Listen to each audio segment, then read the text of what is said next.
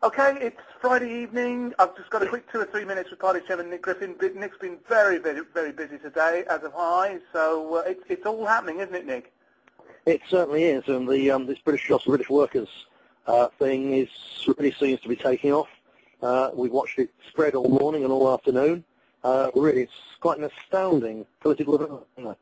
It is. I mean, there are sometimes in my darkest moments, I honestly think that we're chasing a dream that's died with regards to British nationalism. But you have days like this, and that part of your mind is instantly lobotomised, isn't it? Well, I never get thoughts like that, Simon. I never get thoughts like that. It's all heading our way. This is just a further sign of it. You know, coming on the back of that fantastic election result in Newcastle last evening with a threefold increase in our vote. This really is, it's a quite remarkable day. There's been nothing like this. To put it into its historical perspective, I'd say that there's been nothing ever like this in Britain other than in 1968 when the dockers and meat porters were marched for Enoch Powell. Yeah. And when in 1973 or 74, there was the famous, at the time, white workers of Imperial typewriters dispute and protests in Leicester. Yeah. And since then, it's been quiet on the organised labour front, and this is really a remarkable development, pretty much out of the blue. We were talking about it on our website about a week ago. Other than that, it's crept up on everybody, and there we are, bang, it really is big news, and I think it could well get bigger yet. It certainly could. It certainly could. What sickens me is the way that the Unite Union, a union totally in bed with Labour's free trade globalist agenda, are trying very much to surreptitiously get involved with this dispute and claim it as their own. Yes, absolutely. So it is disgraceful.